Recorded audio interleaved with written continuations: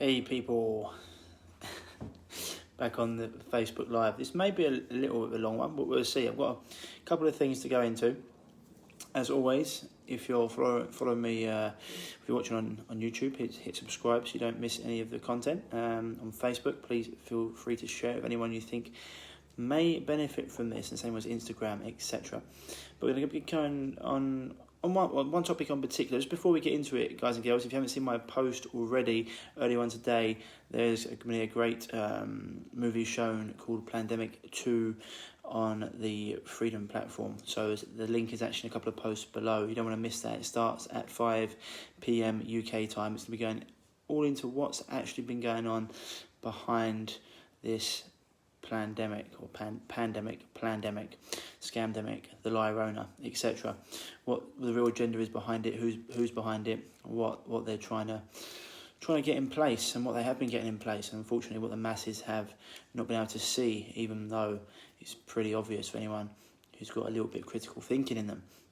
That's been going on.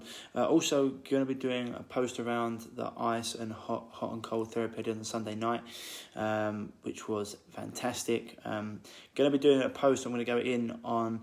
Recently, they've tried to even extend the 1939 Cancer Act. Most people don't know about the 1939 Cancer Act, which basically says you can only treat cancer with chemotherapy, radiation, and surgery. And they tried to say it's because they don't want bogus therapies out there hurting or killing people, even though, the medical industry kills 400,000 people a year with the right drug for the right illness, let alone the millions of people they kill with chemotherapy and radiation. But because it's legal, it's seen as okay, which I'll be going into. I'll be going into Huxley when healing becomes a crime and cancer, etc. So I'm doing a video on that.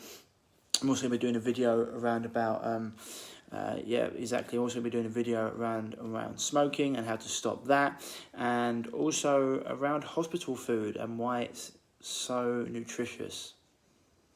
But today's one, I want to talk around why people get lots of messages through. People are asking me all the time, Ryan, how comes I know what I need to do to change, or I think I know what I need to do to change, but I just can't do it? And there's a couple of different reasons this occurs. Okay, now one of the reasons is this hasn't changed. Who you are in here hasn't changed, and that's a big one. I always talk about health is not just about what you consume orally, it's also what you watch and listen to. It's also, but the main part is who you are in here. And if you don't actually see yourself as someone who does healthy things or is a healthy person, you're never going to keep on doing the healthy things that are necessary to create a healthy body. It's just going to be your image of someone who does something for maybe 8 weeks, 12 weeks, 16 weeks, then goes back to the person they are, or the person that they think other people want them to be, because that's how they feel comfortable.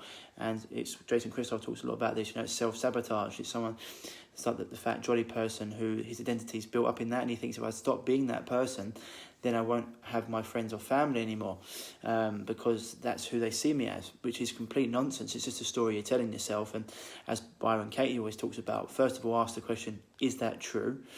And second question is, what if the opposite's true?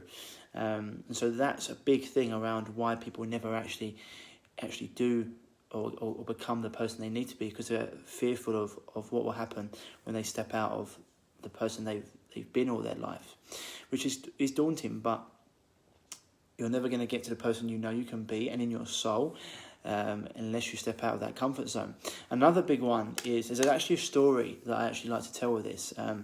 So there's an old sort of parable which goes on around about an old lady who has a house. An old lady has a house, and on the front porch of that house, her dog is lying there on this bed of nails. And every day, the first day, this boy walks past the house and he's like, looks at this dog on this bed of nails, and the dog's crying out, it's whining. And the boy walks past and thinks like, what? Why is he doing that? So the second day, the boy walks past the house and he sees a dog whining again. He's like on this bed of nails, the dog's there crying out, not getting up, but he's just laying there crying, continuing to moan, not doing anything. You think this is really strange. So, and the third day comes about, and he's walking past this old lady's house, who's on the porch, And she's there watching as this dog lays on his bed of nails and it's screaming in pain and moaning, but it's not moving. And the boy finally has enough, and he walks up to the old lady and says, like, I've walked past this house for the last 3 days in a row, and your dog's lying on his bed of nails and he's screaming. What's going on? Like, why doesn't he do anything? And the old lady says to him, well, you see, son, the pain hurts just enough for him to moan about it, but not enough for him to do anything about it. And that's very true for a lot of people. The pain is enough for them just to talk about it or moan about it, but not enough for them to change. And when the pain of change becomes less than the pain you're going through, then you'll start to change it and to do the things that are necessary. And once that happens, it's a real game changer. And it's a story I hear a lot of, people are not in enough pain. The other thing is accountability and having that support. One of the things, that's why I always talk about, I have a lot of coaches in different areas of my life, my type, business, different health coaches that I talk to a lot. Because one, it gives you support and accountability, and one, it gives you support, and two, it gives you accountability to get things done. I had the hot and cold therapy we did on Sunday. It's easy at 7:30 on a Sunday night to be like, you know what, I'm not going to jump in the sea, I'm not going to get in that ice bath, I'm not going to get in that ridiculously hot sauna. When you're surrounded by other people and a coach there, you're going to do it. You've got the energy of the people around you, but you've got that accountability, someone holding your feet to the fire, if you will.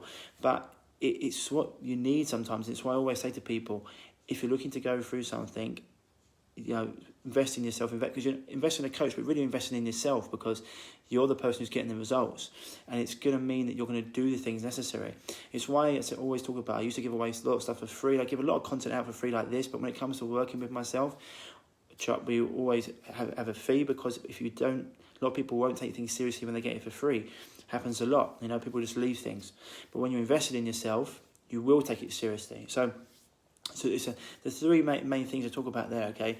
One, you've got to change your identity around who you are, because if you constantly see yourself as someone who's for example, overweight and jolly or ill, and a lot of people now their illness or their identity to them. So I see a lot of people with girl versus chronic fatigue in their bio, or man versus cancer, because they've actually taken on that disease's identity, and or there's the person they are when they've had that disease. Number two, a lot of people are in enough pain just to moan about something, but not enough pain to actually do something about it. And three, having no support and accountability. And when you change those things up and you actually change your paradigm around who you are, okay? I'm not that person anymore. I'm going to be this healthy person. I talk a lot about you don't do healthy things to become a healthy person. You become a healthy person in here, and the healthy things just become natural. They're just something that you do on a daily basis. It just becomes who you are. Then, when you actually start to put these things in place and you stop moaning about things and you just go out and do them. I always talk about words mean nothing, actions mean everything. And you actually start to live and do the practices. It's going to be a game changer. You change who you are here, you change what you're doing, and then you actually get someone to support you and give you that accountability throughout the change of the process or the practice or the program. It's going to be a huge one. So it's those three things are my big rocks I always talk about when it comes to making the changes necessary. And when you're really ready to do it, you will do it. You'll reach out and you'll find the coach or a person that resonates with you. Or always say, if it's not me, find out there's loads of great coaches out there. Listen to someone that you resonate with and go and work with them.